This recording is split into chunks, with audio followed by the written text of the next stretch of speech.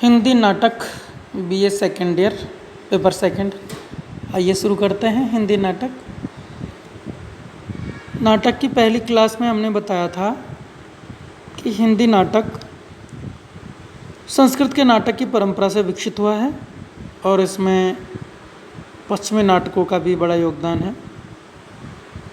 भारत में भरत मुनि ने लगभग 2000 साल पहले एक बुक लिखी थी, एक पुस्तक लिखी थी, उसका नाम था नाट्य शास्त्र। उसमें पहली बार नाटक के तत्व, नाटक की कथा वस्तु और पात्र और रंगमंच आदि पे विचार किया गया। उसके बाद में संस्कृत में एक से बढ़कर एक महान नाटक लिखे गए, जिसमें कालिदास, भवभूति, दंडी इनका नाम सामने आता है। संस्कृत के बाद आधुनिक काल में हिंदी साहित्य में नाटक लिखना शुरू हुआ और ये आश्चर्य की बात है कि आधुनिक हिंदी जो खड़ी बोली जिसे मैं अभी वर्तमान में बोल रहा हूँ, इसका विकास सबसे पहले हमें नाटकों में दिखाई देता है। आधुनिक काल में सबसे पहले भारतेंदु काल में, और खुद भारतेंदु नाटक लिखते भी थे और खेलते भी थे। उनका शौक़ था नाटक लिखना और नाटक खेलना। वहीं से हिंदी नाटक की शुरुआत होती है। हमारे सिलेबस में जो नाटक है उसका नाम है रक्तध्वज। इसकी कहानी आदिवासी जीवन पर आधारित है, सच्ची घटना पर आधारित है। डूंगरपुर बांसवाड़ा के आदिवासी भील गरासियों की कहानी है। इनका नेता गोविंद गुरु, इनका नेता गोविंद गिरी, गोविंद गुरु नहीं, गोविंद गिरी के जीवन पर आधारित ये नाटक हमारे सिलेबस में है। नाटक खेलने की चीज़ होता है, इसको पढ़ने के साथ साथ खेला भी जाता है, और नाटक का मज़ा तब ही है जब उसको खेला जाए। ये तथ्य है, फैक्ट है कि नाटक जितना मज़ा खेलने में देता है, दर्शकों को, पात्रों को जितना मज़ा खेलने में आता है, पाठक को पढ़ने में उतना मज़ा नहीं आता, क्योंकि ये बना होता है केवल देखने के लिए। अब हमारे सिलेबस में ये लगा दिया है तो हम इसको पढ़ेंगे भी। मुख्य रूप से या मूल रूप से इसे खेलने के लिए लिखा जाता है। नाटक में पात्र होते हैं, 7 तत्व होते हैं: कथा वस्तु, पात्र, कथोपकथन यानी संवाद। बिना संवाद के नाटक आगे नहीं चलता। देश काल, वातावरण, रंगमंच, अभिनेता, भाषा शैली, ये कुल मिला के 7 अभिनेता। तो ये 7 तत्व होते हैं जिनके आधार पर नाटक बना होता है। अभी हम यहाँ पे इसके पात्रों से इसकी शुरुआत करते हैं। सबसे पहले देखते हैं पात्र कौन कौन से हैं। हिंदी नाटक रक्तध्वज, पात्र देखते हैं। इसका सबसे प्रमुख पात्र है गोविंद स्वामी।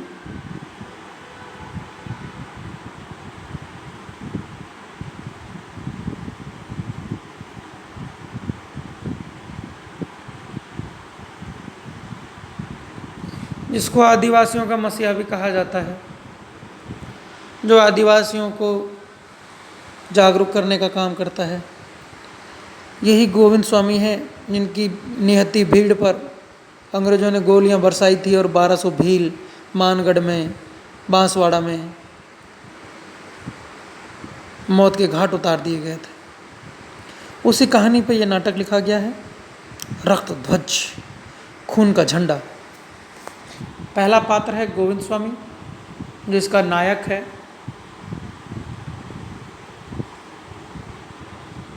नाटक का कोई एक नायक होता है जिसके इर्द गिर्द चारों तरफ नाटक की कहानी चलती है।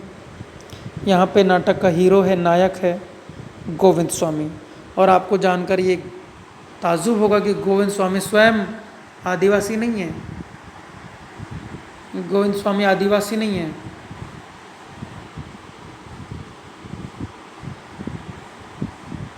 आदिवासियों का मसीहा है, लेकिन स्वयं आदिवासी नहीं है। एक बंजारा है, एक बंजारा है।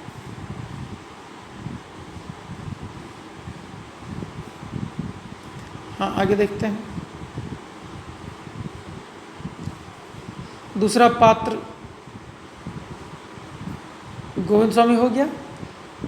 दूसरे पात्र हैं, ये आदिवासी हैं, दीत्या, सुवान, रुकाशा और गणेशा।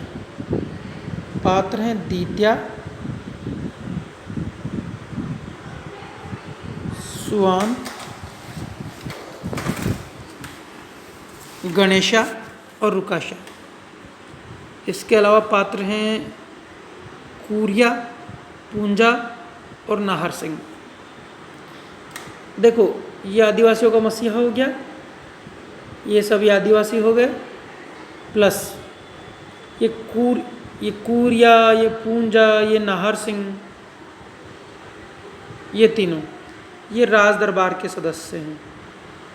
राजाओं के राज थे ना पहले, तो ये डूंगरपुर के राजा के दरबार में रहते हैं।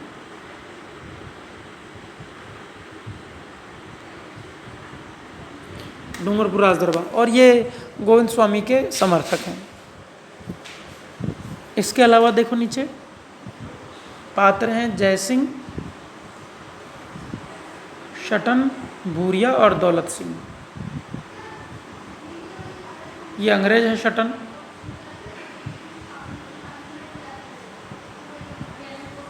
मेजर शटन एक अंग्रेज है।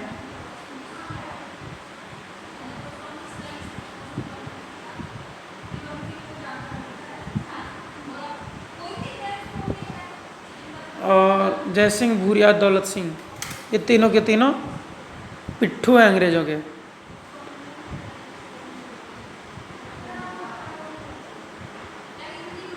ये अंग्रेजों के पिट्ठू हैं। आगे देखते हैं और कौन है।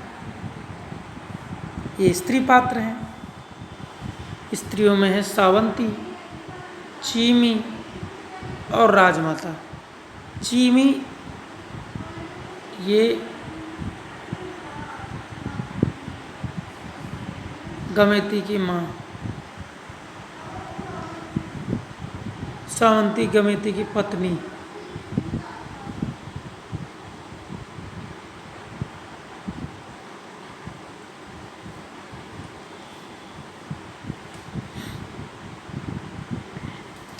और राजमाता, राजा छोटा है तो डूंगरपुर की महारानी यही है।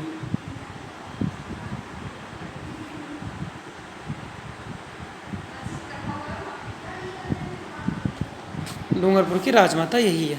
कौन? राजमाता ही नाम है इसका। सावंती गमेती की पत्नी है और चीमी उसकी माता है। ये दोनों आदिवासी हैं। ये दोनों आदिवासी हैं।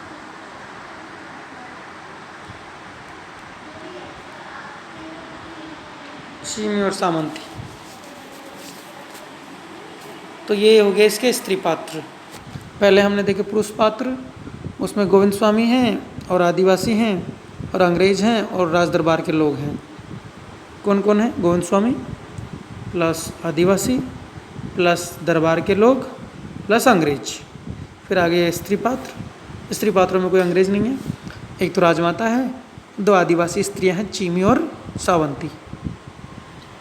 अब दूसरे पात्र देखो जो कम महत्वपूर्ण हैं।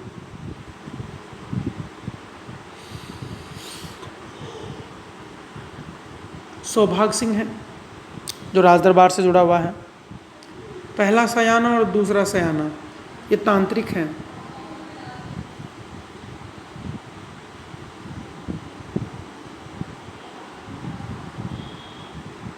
पहला सयाना और दूसरा सयाना गांव में जिसको श्याना भी बोलते हैं, जो तांत्रिक होता है। और देखो इसके अलावा है ढोलकिया, ढोल बजाने वाला सैमसन, अंग्रेज है ये। पुजारी है, अहलकार यानी दरबारी है, इलियट एक अंग्रेज है, कुछ व्यक्ति है और एक जज है। ये सारे पात्र इस नाटक के हैं। तो हमने पात्र देखे, एक बार फिर से देख लेते हैं। हिंदी नाटक रक्तध्वज, पुरुष पात्र गोविंद स्वामी जो इसका हीरो है, दीत्या रुकासिया गणेशा सुवान, कूरिया पूंजा नाहर सिंह, जय सिंह चटन भूरिया दौलत सिंह। तो 4 3 7 और 4 11 और 12 पात्र तो ये हो गए।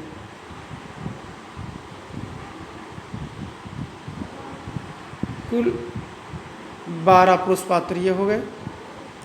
स्त्री पात्र में देखो सावंती, चीमी और राजमाता, 12 + 3 15 मुख्य पात्र हो गए। 15 मुख्य पात्र, 12 पुरुष 3 स्त्री बराबर 15 प्लस सौभाग सिंह पहला सयाना, दूसरा सयाना, ढोलकिया, सैमसन, पुजारी, अहलकार, इलियट, कुछ व्यक्ति और जज। 1 3 ये, 4 7 और 2 9 लोग ये हो गए। लगभग 24 या 25 लोगों के द्वारा इस नाटक को खेला जा सकता है। अगर हम अपने एनुअल फंक्शन पे, अगर हम अपने वार्षिक कार्यक्रम में, वार्षिक सांस्कृतिक कार्यक्रम में इस नाटक को खेलें तो ये नाटक आसानी से खेला जा सकता है। हमें कितने स्टूडेंट्स की ज़रूरत पड़ेगी? 25 छात्रों की ज़रूरत पड़ेगी। हम सभी, आप सभी कोशिश कर सकते हैं इस नाटक को खेलने की। अपने सांस्कृतिक प्रोग्राम होता है अपने महाविद्यालय का, उसमें हम प्रयास करेंगे इसको खेलने का। आप सभी का सहयोग मिलेगा तो इसमें 2-3 दिन की तैयारी कर लेंगे। 3 से 4 दिन की तैयारी पर्याप्त है और एक बहुत अच्छा नाटक हम खेल सकते हैं। आज के लिए इतना ही, कल से हम नाटक शुरू करेंगे। धन्यवाद।